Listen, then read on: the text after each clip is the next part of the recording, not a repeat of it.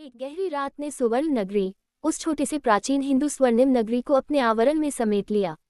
आकाश में गर्जना हुई, विशालकाय सुनहरे अंतरिक्षयान भविष्यवादी और निर्दयी रात को चीरते हुए आगे बढ़े।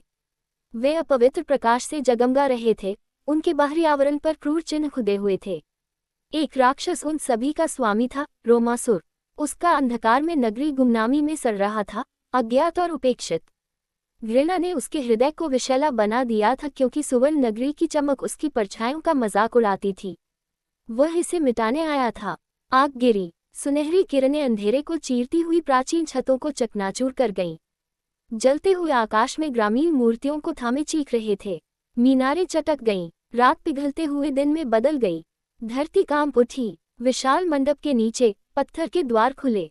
पवित्र तहखानों से वे उठे प्राचीन हिंदू बुद्धिमान लोगों द्वारा निर्मित हिंदू स्वर्णिम रोबोट। विशाल, प्रकाशमान, जीवंत मंत्रों से उत्कीर्ण।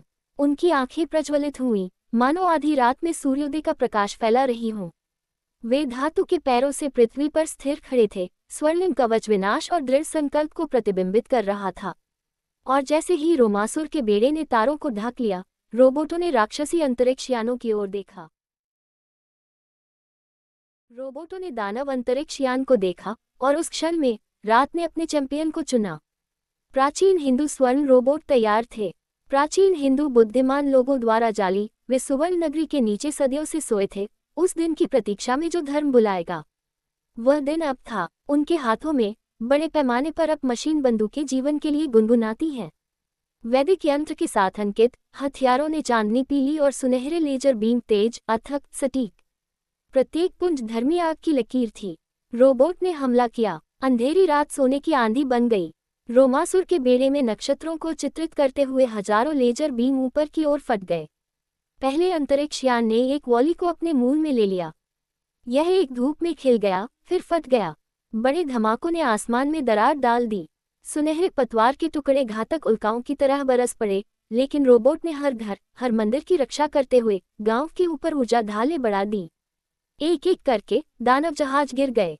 रोबोट एक दिमाग के रूप में चले गए, सर्किट और आत्मा के माध्यम से बहने वाली प्राचीन रणनीति। उनकी बंदूकें कभी ठंडी नहीं होती। वे घूमते हैं, निशाना बनाते हैं, निकाल दिए जाते हैं। एक और विस्फोट, दूसरा आकाश आग में साफ हो गया। मलबा सुवर्ण नगरी से परे पहाड़ियों में दुर्घटनाग्रस्त हो गया, जिससे पृथ्वी को हिलाया गया, लेकिन शहर का दिल नहीं। अपने प्रमुख पर रोमासुर ने अपने आर्मडा को मरते देखा। दानव दहाड़ता है, शुद्ध घृणा और आतंक की आवाज। उसने अपने जहाज को घुमाया, इंजन चिल्ला रहे थे, और काले शून्य में भागने की कोशिश की। बहुत देर हो चुकी है। सबसे लंबा गोल्डन रोबोट आगे बढ़ा, अपना रुख बनाए, और लक्ष्य रखा।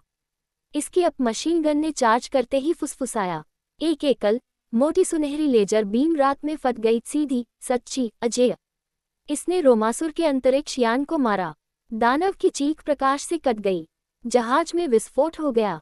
प्राचीन हिंदू गोल्डन रोबोट खंडहरों के बीच वीर थे, उनकी तोपों से लेजर का धुआं उठ रहा था। गांव फिर से चमक गया, अपने पूर्वजों की बुद्धि और शक्ति से सुरक्षित।